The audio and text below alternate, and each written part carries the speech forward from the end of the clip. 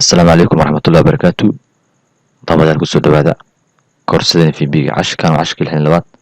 maanta cashkan wuxuu ku saabsan loo yaqaan structure structure af Soomaali haween qaabeen macna way qaabeen ina wax maanta nidaamsato oo qaabaysato isku tutuusto macna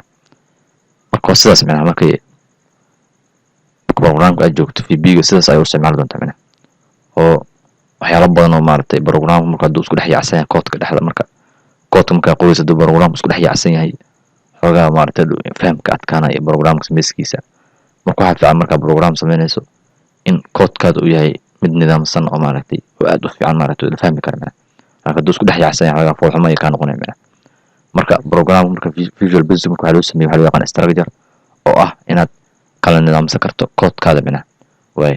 oo maartay aad kala soo karto marka structure waxa weeyaan qofka programmerka ama userka ah waa wax nooc oo samaysanayo way qaab oo samaysanayo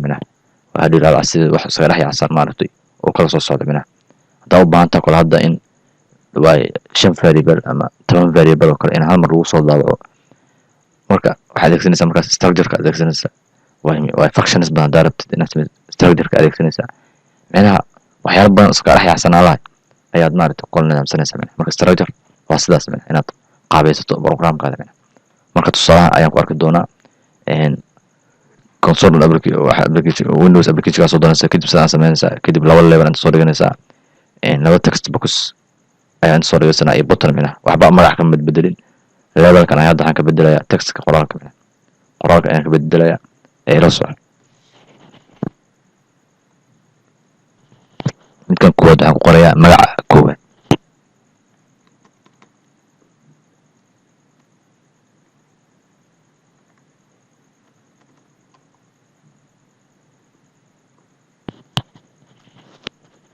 level kalabaad isna waxaan ku qorayaa magaca labaad ayaan ku qorayaa isna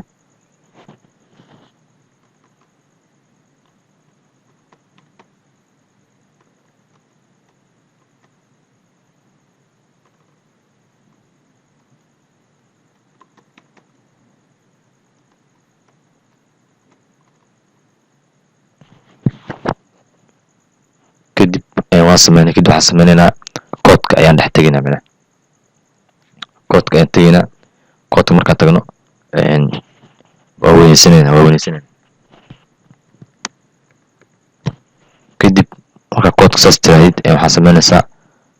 sabka dhexdiisa ku qorin laguma sameeyo structure waxa lagu sameeyaa public class-ka way hoostiisa lagu sameeyaa way marka sameeyay waxa qolaysaa keyword structure kaliya uu filan yahay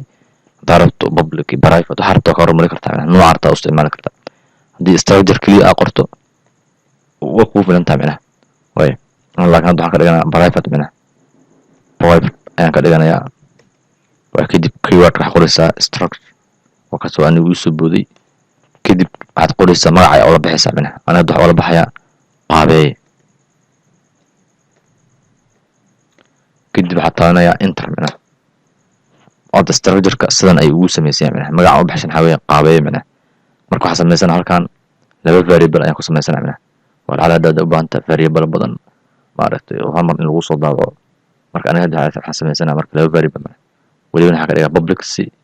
meel walba uu soo muuqdo variable magaciisa aan leenahay way magaca koowaad aan ku leeyahay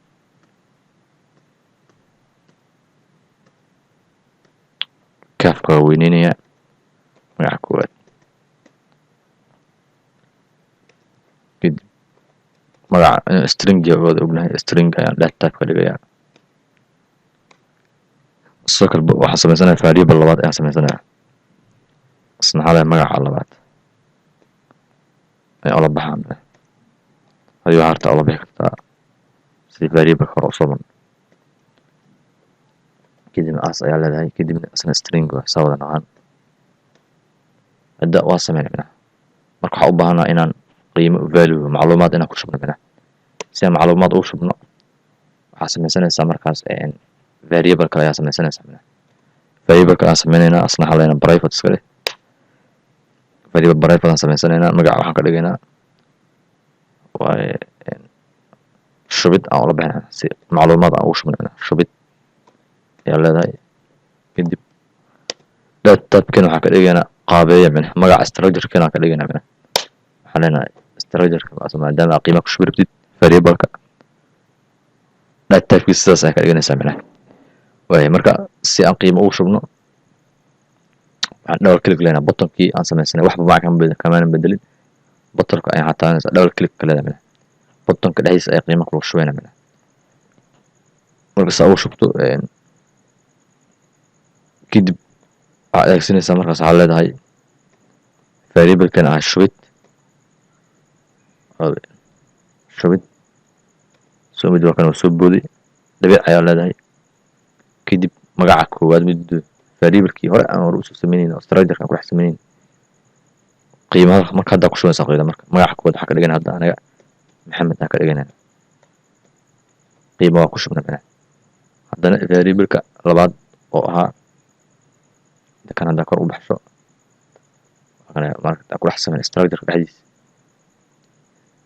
isna waxaan rabnaa inaan qiimo ku shubno minah marka waxaa leedahay shubid kadib dhibic magaca labaad mid asaa soo buuda mid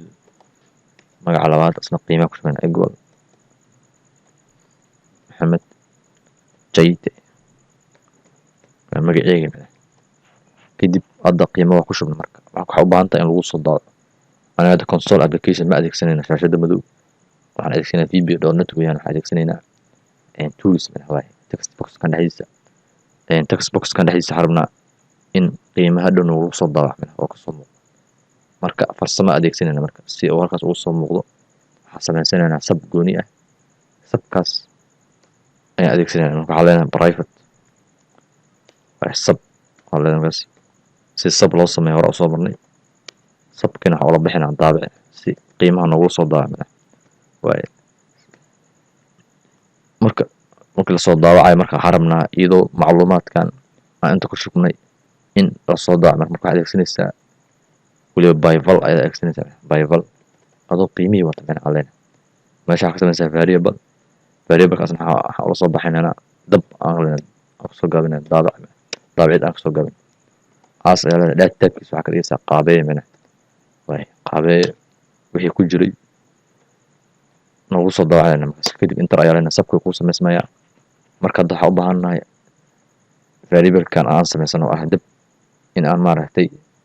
weliba soo wato macluumaadkii ahaa labada macluumaad iyadoo ku jirto in noogu soo daawac ayaa rabnaa text box-kan minah labada text box noogu socdo marka farsamo adeegsanayso umidid marka inaad la socotaa programmaga daama aad samaynayso aan shaashadii madow aadan adeegsanaynin aad rabto in sidan lagu soo daawaco farsamo adeegsan inaa farsamo aad ula socota laga rabo marka text box-ka aniga wax magaca kamaan bedelin text box 1 waaye caleen dot text qoraalka ku jira hadda waa eber waxaa inoogu shubtaa aan leenahay waaye variable-kan la yihahdo waaye deb waaye magaca koowaad variable-kaas qiimaha ku jiro waxaa noogu shubtaan dhaana text box 1 minah text box 1 waa midkan minah midkan qoro weyn kana text box 2 waaye kana text box 1 waaye kan marka waxaana magaca koowaad noogu shubaan dhaana minah waaye kan kalena asna saas minah text box 2 asna sidaas ayaan yeelinaa minah text box 2 waa kan intuu kasoo buuday waxaan leenahay dot text waxaan leenahay qoraal ku jira hadda waxay noogu shubtaan leen adna variable-keena aad samaysan oo ah dab dhibic ayaan leenahay magaca labaad waaye macluumaad ku jiray oo ahaa jayte waxaa noogu shubtaan dhahnaa text box 2 marka hadda waxaan u yeeranaynaa sabkeen ayaa waxaan ka dhex wacinaa buttonka dhexdiisa si noogu soo daawac minah haddii kale lama soo daawici karo soo ma jeed marka waxaan leenahay daabice kadib bracket ayaa furan bracketka waxa u furan waxay tahay halkan waxaan rabnaa inaan variable-ka arabno qiimihiis in lasoo daawaco ayaan halkaas geynaa marka shubid minah qiimihi waaye variable-kan la shubid variable markaa ku wareegin variable walba shaqo gooni ayuu qabtaa minah variable haddaa ku dhex wareegto dhibkeeda leeda minah waaye variable-keena ahay oo inta ku saabsan shub ahay waxaa leenahay noo soo daawac ayaan dhahna minah waa noo soo muuji marka variable-da ku wareeri minah oo mid walba farsamo gooni ayaa ka wadanaa minah waaye variable hadda mid walba farsamo mid ka kuwad aan sameynay waa variable qiimaha ku shubin sida qiimo lagu shubo variable labaad sameeyay variable kan labaad ayaan maaragtay qiimo ku shubin marka ku shubin kadib oo haddana waxaan sameeyay variable saddexaad midkaas saddexaad ujeedada kale waxay ahay in text box-ka qiimo lagu shubo waan ku shubin hada markii lagu soo daacay variable kan ayaa leedahay shubid ah maadaama asal mas'uulku yahay macluumaadka noo soo daabacaya marka save ayaan dhahnay ayaa leenahay kadib caleen start marka dabakana oo noo soo muuqday marka waxaan sameynaynaa buttonka data aan xarabna in macluumaadkii inta lagu soo daabacay marka hadda buttonka ayaan riixaya ila soo click ayaan leeyahay fiiri soo ma jeedid magaca koowaad maxamed